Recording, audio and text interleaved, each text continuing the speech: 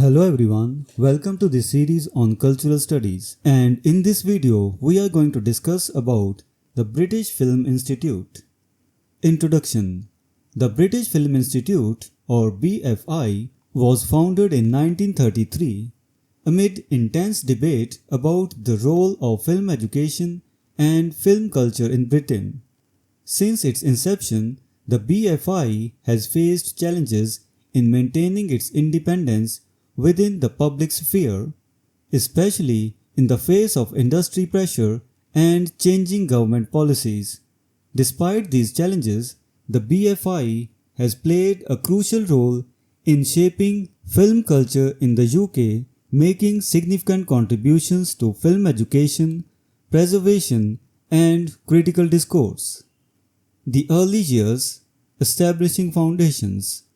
One of the BFI's first responsibilities was to establish a national film library, the precursor to today's National Film and Television Archive. This initiative was crucial for preserving the cinematic heritage of the UK and ensuring that future generations would have access to historically significant films. In 1934, the BFI took over the journal Sight and Sound, which became an important platform for film criticism and discussion. The creation of the National Film Theatre in 1952 further solidified the BFI's role as a key institution in promoting film culture and education. Innovating film education, the impact of Paddy Vennell. In the mid-1960s, the BFI's education department adopted a dynamic new policy toward film criticism and film studies, marking a significant shift in its approach. The appointment of Paddy Vennell as education officer in 1957 was a turning point.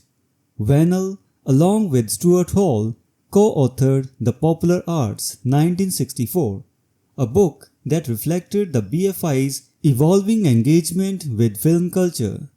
Under Vennell's leadership, the BFI began to take Hollywood cinema seriously, challenging the traditional British critical approach that often dismissed it as inferior to European art cinema. Vennell's influence was profound, though he published little after The Popular Arts. His real legacy lies in the network of like-minded individuals he brought together at the BFI, who would go on to shape the new approach to film theory in the UK. The education department under Vennell's guidance became a crucible for intellectual innovation, particularly in its embrace of Hollywood cinema as a legitimate subject of critical study. The influence of Cahiers du Cinéma and the rise of film theory. The BFI's education department was instrumental in introducing theories of semiotics and structuralism to British studies, drawing heavily on the influence of the French journal Cahiers du Cinéma. This intellectual cross-pollination was crucial in developing a new form of film criticism that moved beyond traditional literary approaches. The mix of Hollywood's low culture and French high theory represented a radical departure from the established norms of British film criticism. Key publications from this period, such as Peter Wallen's Signs and Meaning in the Cinema 1969, Jim Kitses's Horizons West 1969, and Colin MacArthur's Underworld USA 1972, exemplify the BFI's commitment to theoretical innovation. These works, while engaging with the auteurist ideas popularized by Cahiers du Cinéma, also explored genre and the cultural significance of American cinema, challenging the traditional elitism of British film criticism. The expansion of film studies and the influence of the BFI. The BFI's support for film studies extended beyond publishing and education.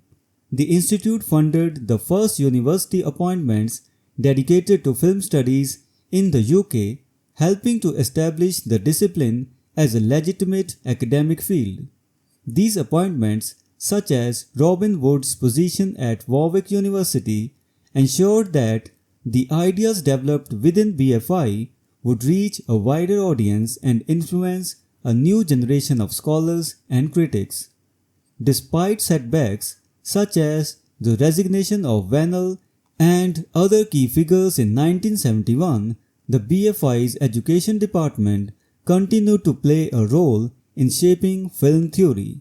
The cultural climate of the late 1960s, influenced by political events like the Vietnam War, shifted attention away from Hollywood cinema, but the BFI adapted, continuing to explore new theoretical frameworks, including Althusserian Marxism and Lacanian psychoanalysis.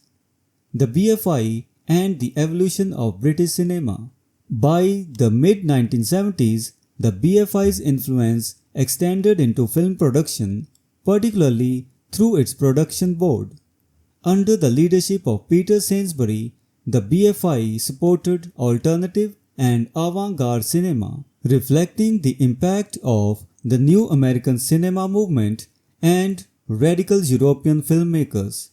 The BFI's production policy also responded to the rise of feminism and the growing interest in psychoanalytic theory, funding films that explored these themes.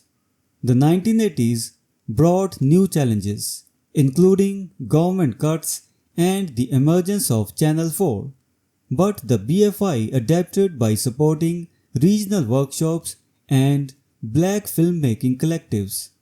These initiatives expanded the scope of British cinema, bringing new voices and perspectives to the forefront and continuing the BFI's tradition of innovation and support for radical ideas.